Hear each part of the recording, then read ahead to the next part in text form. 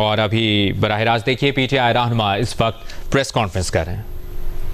اور آپ یہ دیکھیں کہ فیصلے کا وقت کیا ہے, کس وقت کی ہیریں ختم ہے. وہ فیصلہ بس ابھی تھوڑی دیر پہلے اس فیصلے کے حوالے سے اور سرگودا کی ٹی سی کے حوالے سے آپ سے آج سارے ذمہ داران جو ہے مرکز کے, عالیہ بہن یہاں پہ موجود ہے, ہمارے سینئر قیادت میں بابر اعوان صاحب موجود ہے, چیئرمین صاحب گور صاحب اور راجہ صاحب, تو بس پلیز آپ سر شروع کریں. بسم اللہ الرحمن الرحیم. رات کے اس اندھیری میں آپ لوگوں کو ایک شارٹ نوٹس پہ بلایا, آپ کے آنے کا بہت شکریہ. ہم یہ سارے سمجھتے ہیں کہ پاکستان میں متنازع فیصلوں کے آنے میں کوئی کمی تو نہیں تھی, لیکن آج پے در پے جو فیصلے آ گئے, پاکستان کے عدلیہ کے متنازع فیصلوں میں ایک نئے باب کا اضافہ ہوا ہے. پاکستان تحریک انصاف نے ایز اے پارٹی ہمیشہ سے 9 مئی کے واقعات کی مذمت کی ہے, لیکن پاکستان تحریک انصاف نے اور خان صاحب نے آپ لوگوں کے سامنے خود اڈیالہ جیل میں مطالبہ کیا تھا کہ ایک فیئر انویسٹیگیشن کرنا اور آئین کے اور قانون کے تقاضوں کو پورا کرنا, ٹرائل کرنا, یہ ہمارا بنیادی حق ہے. اور ہم نے یہ 2 مطالبات ہمیشہ رکھے تھے کہ جہاں بھی ہمارا ٹرائل ہو, فیئر ٹرائل ہو اور ہمیں اپنے صفائی کا بھی موقع مل جائے. سب سے پہلے پاکستان تحریک انصاف نے یہ مطالبہ کیا تھا اور ایک پٹیشن فائل کر دی تھی 2023 میں ہی کہ جہاں پر بھی الزامات ہے اور ایک سے زیادہ جگہوں پہ ٹرائل چل رہے ہیں, تو ڈاکٹر بابر اعوان صاحب آپ کو بھی اس کا زیادہ تفصیل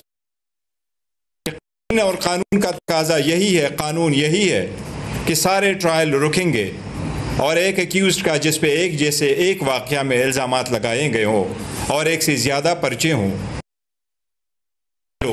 اور ایک سال میں جو فیصلہ آئے گا باقی کیسز کا اس کی بنیاد پہ کیس کا تصویر. ہمارے ہمیشہ سے اس الزام کے باوجود ہم نے عدالتوں کو فیس کیا, لیکن آج تک اس پٹیشن پہ کوئی فیصلہ نہیں ہوا.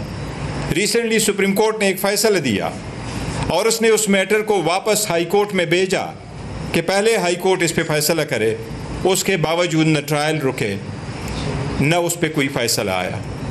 آج جو 2 فیصلے آئے ہیں, سرگودا جج میں جو فیصلہ دیا ہے جس میں ہمارے 2 پارلیمنٹیرین احمد چٹا صاحب اور احمد بچر صاحب کو جو سزائیں دی گئی ہے, یہ تیسرا نمبر ہے جو ہمارے پارلیمنٹیرین کو سزا ہوئی.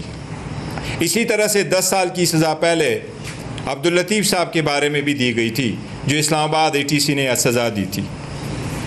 آج شاہ محمود قریشی صاحب کے علاوہ ڈاکٹر یاسمین راشد صاحبہ کو, محمود الرشید صاحب کو, اعجاز چودھری صاحب کو, عمر چیمہ صاحب کو بھی 10 سال کی سزا ہوئی ہے.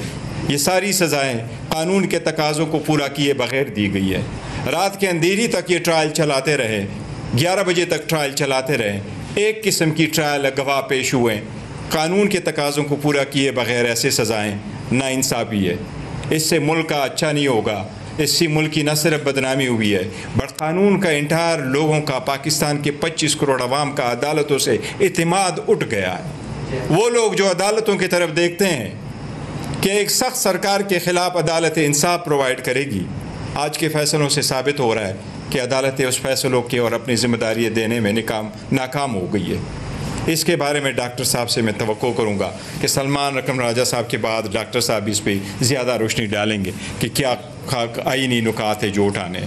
جی بہت شکریہ جی. میں مختصر بات کروں گا, گوہر صاحب نے بات کر دی, مزید تفصیل سے بات ڈاکٹر بابر اعوان صاحب کریں گے. ایک چیز صرف یاد رہے پوری قوم کو کہ وہی 2 گواہ ہیں جو ہر مقدمے میں پیش کیے جا رہے ہیں پنجاب میں 9 مئی کے حوالے سے, اور بلکہ جہاں بھی 9 مئی کا مقدمہ ہوگا.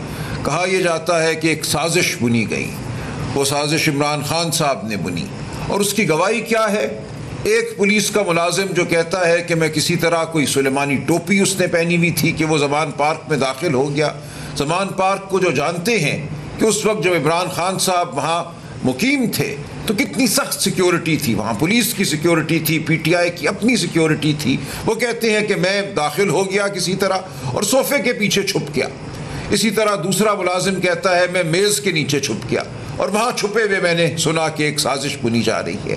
تو یہ ہے وہ مضحکہ خیز نوعیت کی گواہی جس کی بنیاد پر استخاذے کا پورا کیس جو ہے کھڑا ہے. تو یہ گواہی اگر ہمارے خلاف استعمال ہونی ہے تو پھر پاکستان کی عوام، پاکستانی قوم یہ جان لے کہ عدالتی نظام جو ہے وہ اب مکمل طور پر منہدم ہو چکا ہے. جھوٹ جو ہے اس وقت ہر چیز کی بنیاد میں رس بس چکا ہے. جھوٹ کی بنیاد پر ایک پوری عمارت کھڑی کر دی گئی ہے، حکومتی عمارت ہو یا اب ایک بظاہر قانون کی عمارت ہو. اس میں مذاق ہے، اس میں جھوٹ ہے، اس میں دھونس ہے اور کچھ بھی نہیں ہے. تو یہ پی ٹی آئی کا معاملہ نہیں ہے، یہ پاکستانی قوم کے ہر فرد کا معاملہ ہے. جس قوم کے ادارے تباہ ہو جائیں، جس قوم کی عدالتیں یہ ہو جائیں جو آج ہماری عدالتیں ہو گئی ہیں، تو پھر وہ لمحہ فکریہ ہے اس قوم کے لیے. یہ سیاسی معاملہ نہیں رہا، یہ ہمارے مستقبل کا معاملہ ہے، آپ کے بچوں کے مستقبل کا معاملہ ہے. کل کوئی ہمارے گریبان پہ ہاتھ ڈالے گا، آپ کی عزت پر ہاتھ ڈالے گا، آپ کہاں جائیں گے؟ کس عدالت کا دروازہ کھٹکھٹائیں گے؟ آپ کے خلاف کوئی گواہ پیش کر دیا جائے گا جو کہے گا کہ وہ آپ کی کرسی کے نیچے چھپا ہوا تھا اور اس نے آپ کو کوئی عمل کرتے دیکھا. تو یہ مذاق ہے جو پاکستانی قوم کے ساتھ آج ہوا ہے. یہ جمہوریت پر حملہ ہوا ہے. ہمارے اکابرین کو صرف سزا نہیں ہوئی، یہ جمہوریت کو سزا ہوئی ہے. تو ہم سب کو اب فیصلہ کرنا ہوگا کہ ہم کس قسم کی قوم ہیں، اس ملک میں کس قسم کا نظام رائج ہونا ہے یا رہنا ہے. کیا ہم نے اس نظام کو ختم کرنا ہے یا اس کو سہتے رہنا ہے؟ تو یہ ہماری گزارش ہے. ہم اسی لیے آپ کے سامنے پیش ہوئے ہیں. تفصیل سے قانونی نکات ڈاکٹر بابر اعوان صاحب بیان کریں گے، لیکن ہمیں یہ سوچنا ہے کہ اب ہم نے اس ملک کو کہاں لے کر جانا ہے. بہت شکریہ. پی ٹی آئی بیرسٹر گوہر اور دیگر رہنماؤں کی پریس کانفرنس جاری.